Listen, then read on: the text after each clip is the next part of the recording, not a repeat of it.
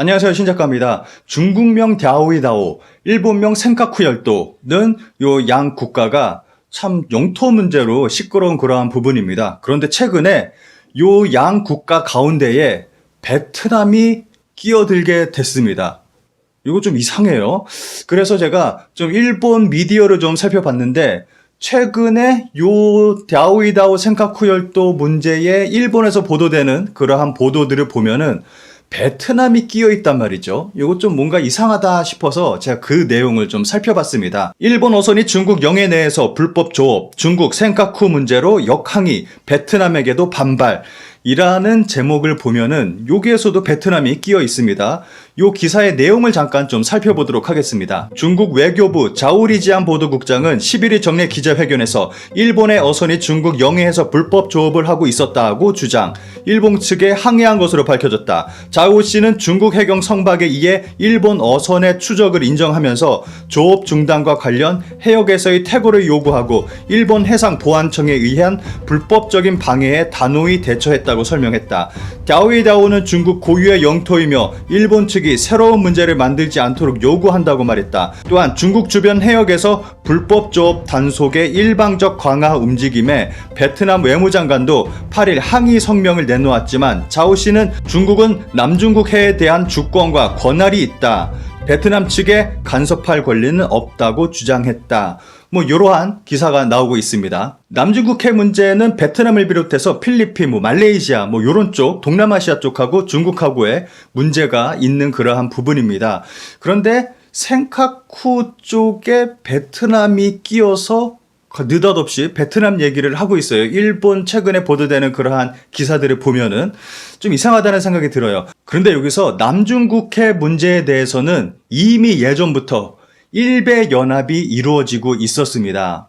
이미 남중국해 문제로 인해서 일본하고 베트남 사이에 뭔가 딜이 있었어요. 그것들이 보도가 되고 있었습니다. 그런데 이상한 것은 남중국해 문제는 베트남만의 문제가 아니라 동남아시아의 문제거든요. 그래서 아세안, 동남아시아 연합, 아세안과 중국과의 문제라고 볼 수 있기 때문에 일본과 아세안 요렇게 좀 연관이 지어지면은 모르겠지만 일본과 베트남, 딱 베트남만 찍어서 일본이 뭔가를 하고 있다는 말이죠. 요거에 대한 기사가 나와 있는데 요거를 잠깐 살펴보도록 하겠습니다.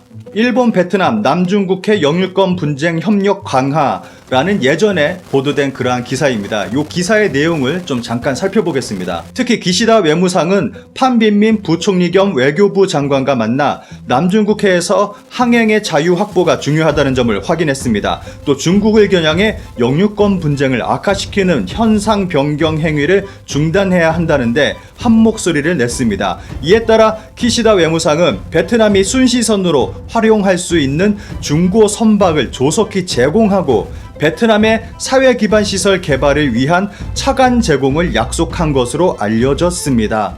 한마디로 돈을 줬다는 겁니다. 남중국해 문제를 얘기하면서 일본이 베트남에게 돈을 쥐어줬다는 거죠. 이것은 일본이 베트남에 대해서 로비 활동을 하고 있다라고 볼 수가 있습니다. 그런데 일본의 로비를 살펴보면은 이게 한 달, 두 달, 1년, 2년 그곳을 보고 로비 활동을 하는 게 아니라 굉장히 긴 기간 동안 장기간을 생각을 해서 로비 활동을 지속적으로 하는 게 일본입니다. 그래서 분명히 베트남에게 무언가 바라는 게 있으니까 이렇게 돈을 주어가면서 로비 활동을 하고 있다고 생각을 할 수가 있습니다. 아까 말씀드린 기사, 일본 어선이 중국 영해 내에서 불법 조업, 중국 센카쿠 문제로 역항의, 베트남에게도 반발이라는 기사에 달린 댓글을 좀 살펴보면은 일본 정부가 베트남을 끌어들인 그러한 이유가 무엇인지 조금이나마 조금 추측을 해볼 수가 있습니다. 이 댓글을 좀 보시고 이게 어떻게 되는 건지, 어떻게 돌아가는 상황인지 좀 생각을 해보시기 바랍니다. 이대로는 다케시마의 전철이 될 것 같습니다. 그렇게 되기 전에 일본 정부는 단호한 대응을 부탁합니다.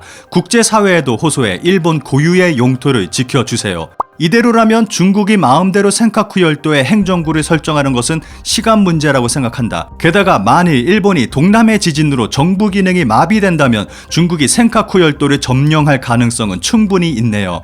우리가 어려움을 겪고 있을 때 두 손을 내밀지 않고 도발하는 그런 나라들과 우호적인 관계를 지속할 수는 없다. 응분의 외교를. 역시 시비를 걸고 있군. 센카쿠에 자위대를 상주하게 하지 않으면 안 되겠군. 이 발언은 간과할 수 없습니다. 정부로서 강한 클레임뿐 아니라 국제사회에서 중국의 횡포를 적극 홍보하기 바란다. 본래 일본 언론에 기대하지만 중국에 기댄 언론과 언론인들 뿐이어서 기대할 수 없다. 오키나와라니 지사가 자신의 현을 침략당하고 있는데 한마디 발언도 없음. 중국 공산당은 자원 확보를 목적으로 한 영토 확장 야욕을 난사군도는 물론 일본 영토에 대해서도 숨기지 않고 있다는 것이다. 최근 중국 공항선의 행태로 미루어 볼 때 중국 정부의 도발이 더욱 격해진다면 중국과의 알력을 두려워하지 말고 지휘함의 파견이나 상주도 고려해야 한다고 생각합니다. 미군과의 공동 정계가 바람직하지만 미군 고위 관계자가 미일 안보 보장 조약의 존재에 관계없이 일본의 영토 보전은 1차적으로 일본 정부와 일본 국민의 책무라고 밝히고 있기 때문에 중국 정부가 미일 연계를 시도하려는 의도도 있을지도 모릅니다. 아베 총리와 고노 방위 대신의 사령관으로서의 의연한 대응을 기대합니다.